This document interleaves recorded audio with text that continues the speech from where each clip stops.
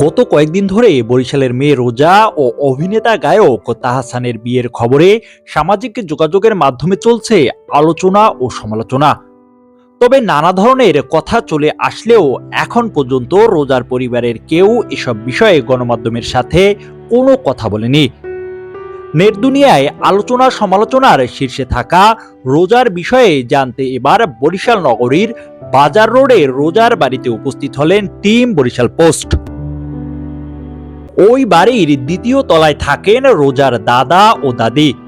তাদের কাছে থেকেই বড় হয়েছেন রোজা। রোজার বাবা বরিশালের এক সময়ের যুবলীগ নেতা ফারুক আহমেদ ওরফে পানামা ফারুক র্যাবের সাথে কথিত বন্দুকযুদ্ধে নিহত হওয়ার পরে ছোট্ট রোজাকে লালন পালন করেছেন দাদা ও দাদি। দাদা আলহাজ ইয়াকুব আলী বয়সের ভারে নুজু হলেও নাতির বিয়ের খবরে বেশ খুশি। আমাকে জানাইছে, আমি জানছি। আমি বলছি যে দাদা, তোমার বিবাহ শাদী সুন্দরভাবে করো,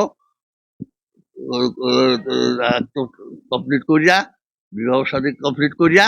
মানে আমি এখন অসুস্থ, আমি দেন তোমার অনুষ্ঠানে আমি আসবো, এরকম স্বাস্থ্য অবস্থা আমার নাই, আমারও নাই, তোমার দাদিরও নাই। ওরা যেন ভালো আছে, এটি আমি খুব খুশি, আমি আনন্দিত।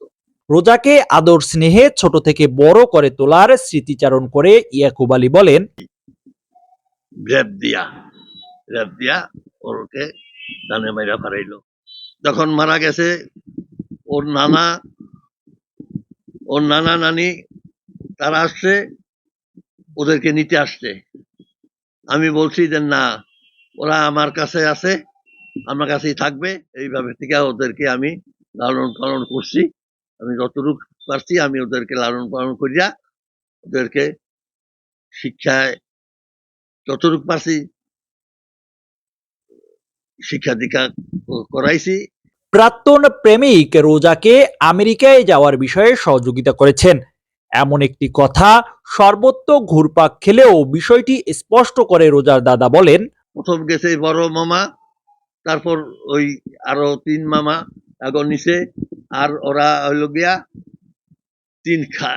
মা খালা 3 জন। মানে এই 3 মা খালা এই ফ্যামিলি সহ ওর মামারা নিয়ে গেছে। রোজা ছোটবেলা থেকেই শান্তশিষ্ট ও ভদ্র ছিল জানিয়ে রোজার দাদি বলেন, রোজা খুব ভালো মেয়ে ছিল, কোনো খারাপ ছিল না। রোজার বাপও ভালোই ছিল।